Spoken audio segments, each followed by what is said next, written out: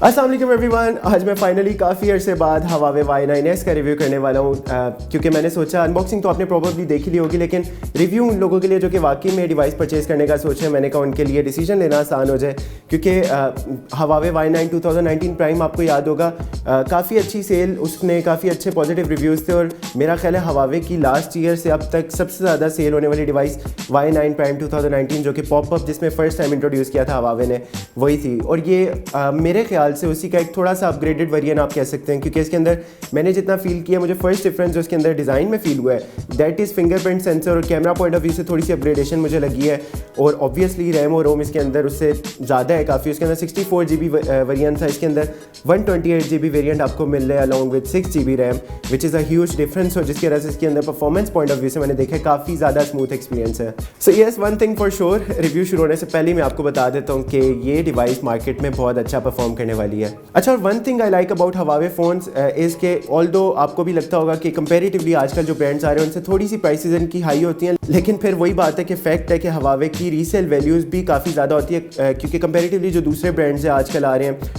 आपको कम पैसों में काफ़ी ज़्यादा फीचर्स दे तो देते हैं, लेकिन उनकी फिर रीसेल वैल्यू उस तरह से नहीं होती। तो Huawei फ़ोन में एटलीस्ट ऐसा कुछ नहीं होता, क्योंकि कुछ अर्से बाद भी अगर आप मार्केट में जाते हैं कोई फ़ोन अपग्रेड करने के लिए या इसको सेल करने के लिए, तो फिर भी इनकी रीसेल होती है। और अव्वल तो मुझे लगता है नहीं Huawei फ़ोन लेके आपको इतनी जल्दी रीसेल करने की ज़रूरत पड़ती है। इसके अंदर फिंगरप्रिंट सेंसर भी फिजिकल फिंगरप्रिंट सेंसर है, जो कि आपके फ़ोन के राइट साइड पर ही जिधर पावर बटन यूजुअली मिलता है आपको, वहीं पे आपको इसका फिंगरप्रिंट सेंसर भी मिल रहा है, जो कि पावर बटन ही है, उसी को आप प्रेस करेंगे तो फिंगरप्रिंट सेंसर के तौर पर भी इस्तेमाल होता है, विच इज़ रियली गुड। कि आपको बैक पर थोड़ा सा आई गेस मुश्किल होता है, लेकिन साइड पर आपका फ़ोन, क्योंकि आप हैंडल इसी पोजीशन में करते हैं, तो बहुत जल्दी आपका फ़ोन अनलॉक हो जाता है। आप जैसे ही हाथ रखेंगे विद इन, थोड़ा सा स्लो है, लेकिन at least accessibility wise I guess यहाँ पर इसकी पोजीशनिंग वाइज ज़्यादा एक्सेसिबल है फिंगरप्रिंट सेंसर। सो डिज़ाइन में आप देख सकते हैं बैक साइड पर आपको इसके मिलते हैं 3 कैमराज। कैमरा की जैसे कि मैंने आपको बताया अपग्रेडेशन है इसके अंदर। प्राइमरी जो कैमरा है दैट इज़ ऑफ 48 मेगापिक्सल, जिसका रेजोल्यूशन काफ़ी ज़्यादा अच्छा है, काफ़ी बड़ी इमेज आपको मिल सकती है, यानी कि एडिट में आप काफ़ी ज़्यादा जूम इन करके देख सकते हैं, आपकी पिक्चर इतनी जल्दी कोई पिक्सेलेट नहीं होगी। सेकंड नंबर पर इसका कैमरा है which is ultra wide lens, जिसके थ्रू आपको वाइडर पिक्चर कैप्चर करने की भी ऑप्शन मिल जाएगी। और थर्ड इसके अंदर पोर्ट्रेट लेंस अवेलेबल है, जो कि 2 मेगापिक्सल का है, लेकिन 2 मेगापिक्सल के लिहाज से इसकी क्वालिटी मुझे कंपेरेटिवली काफ़ी अच्छी लगी है। While on the other hand 16 megapixel का कैमरा आपको मिलता है फ्रंट साइड पर, विच इज़ पॉपअप कैमरा।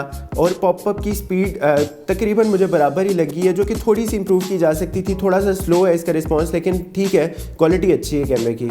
तो बैक पर इसके 3 कैमराज, उसके नीचे फ्लैश लाइट, टॉप पर आपको मिलती है इसकी सिम स्लॉट और इसके SD कार्ड को एक्सपेंड करने की स्लॉट, उसके साथ इसका पॉपअप अवेलेबल है, और ऊपर ही इसका एक सेकेंडरी माइक भी आपको मिल जाता है। और राइट साइड पर डिवाइस के आपको वॉल्यूम कीज, पावर कीज मिल जाती हैं, और पावर कीज की जो कि फिंगरप्रिंट सेंसर के तौर पर भी इस्तेमाल होती है। While on the bottom of the device इसके अंदर आपको मिलते हैं इसके स्पीकर्स, इसका माइक, प्राइमरी और 3.5 mm की ऑडियो जैक। और एक और अच्छी बात कि इसके अंदर आपको USB Type-C की पोर्ट मिल रही है, जिसके थ्रू आपको एक तो चार्जिंग का टाइम भी आपको कम लगता है और फाइल ट्रांसफर स्पीड भी ज़्यादा होती है, क्योंकि इसके अंदर ऑल्दो बहुत बड़ी बैटरी अवेलेबल है 4000 mAh की, लेकिन स्टिल चार्जिंग काफ़ी ज़्यादा जल्दी हो गई थी, तो विच इज़ रियली गुड। मतलब अगर आपको जल्दी में फ़ोन चार्ज करके कहीं निकलना है तो तकरीबन घंटा लगेगा आपका फ़ोन 100% चार्ज करने के लिए, विच इज़ रियली गुड। और obviously on the front side, क्योंकि बिल्कुल बेजल स्क्रीन है, आपको टॉप पर छोटा सा ईयर पीस मिलेगा, ऊपर तो बिल्कुल भी बेजल नहीं अवेलेबल, नीचे थोड़ा सा चिन साइज़ थोड़ा सा ज़्यादा है, लेकिन स्टिल ठीक है, आपको डिस्प्ले फुली मिलता है, फुल एस्पेक्ट रेशो के साथ। आप गेमिंग एंजॉय कर सकते हैं, मूवीज़ एंजॉय कर सकते हैं।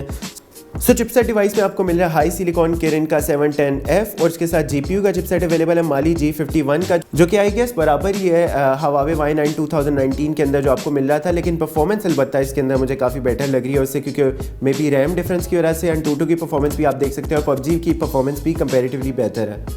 डिवाइस का डिस्प्ले साइज है 6.6 इंचेस का, बड़ा डिस्प्ले है, और इसके कलर्स भी काफ़ी ज़्यादा वाइब्रेंट है, और फुल HD का डिस्प्ले है, यानी कि 1080x223 समथिंग, यानी कि फुल HD का रेजोल्यूशन ही कंसिडर होता है, जिसकी PPI यानी कि पिक्सल पर इंच 391 है, जो कि ठीक है। कलर्स और शार्पनेस इसके डिस्प्ले की अच्छी है। बाकी और मेमोरी पॉइंट ऑफ व्यू से मैंने आपको बताया, इसके अंदर आपको मिलती है 6 GB की रैम अलॉन्ग विद 128 GB की इंटरनल स्टोरेज, जिसको आप मजीद भी एक्सपेंड कर सकते हैं up to 512 GB through micro SD card, क्योंकि इस डिवाइस के ऊपर आपको मिलती हैं 2 नैनो सिम की स्लॉट, जिनमें से एक आप हाइब्रिड के तौर पर भी इस्तेमाल कर सकते हैं। अगर आपने कार्ड लगाना है उसके अंदर, तो या तो आप कार्ड लगा के इसकी मेमोरी को एक्सपेंड कर सकते हैं, या फिर आप dual SIM at a time use कर सकते हैं। और एक और चीज़ जो इसकी मुझे काफ़ी ज़्यादा अच्छी लगी है विच वॉज रिगार्डिंग कैमरा, कि रात को इसके जब मैं शॉट्स ले रहा था कैमरा सैम्पल्स, तो रात को भी इनफैक्ट काफ़ी अच्छी शार्पनेस और डिटेलिंग काफ़ी ज़्यादा अच्छी कैप्चर की थी इसने। नाइट शॉट्स आप इसके अंदाज़ा लगा सकते हैं, लेकिन एक चीज़ कैमरा में मिसिंग है जो कि अगर फुलफिल कर देता हवावे तो काफ़ी अच्छी बात हो जाती, विच इज़ 4K का फीचर जो कि आपको इजीली इतने प्राइस रेंज में एटलीस्ट मिल जाता है हर स्मार्टफोन में आजकल, जो कि इसके अंदर स्टिल मिसिंग है। 1080p तक की वीडियो आप मैक्स शूट कर सकते हैं।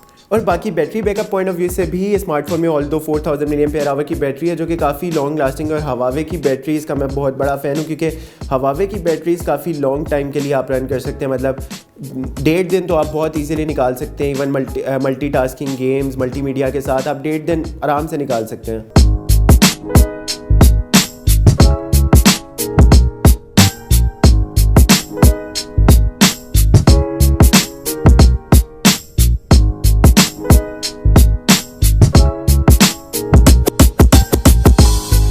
So guys, this is all about Huawei Y9s। So to be honest, अगर मैं अपना ओपिनियन दूँ इस फ़ोन के बारे में तो आई थिंक ये फ़ोन ऑलरेडी मार्केट में काफ़ी अच्छा परफॉर्म कर रहा होगा। इसकी अभी से डिमांड काफ़ी ज़्यादा होगी क्योंकि इसको तकरीबन हर पर्सपेक्टिव से, परफॉर्मेंस पॉइंट ऑफ व्यू से, design, gaming, camera, everything is perfect. क्योंकि इतनी प्राइस रेंज में ऑल तो मिल तो जाते हैं आपको दूसरी डिवाइस में, लेकिन वही बात मैंने आपको बताया कि resale value point of view से हवावे की काफ़ी ज़्यादा अच्छी मार्केट में वैल्यू लग जाती है। और बाकी if you still want to know anything about the device तो आप नीचे कमेंट्स में मुझे मेंशन कर सकते हैं, मैं आपको रिप्लाई ज़रूर कर दूंगा। और फिलहाल के लिए इतना ही, टेक केयर, अल्लाह हाफिज़।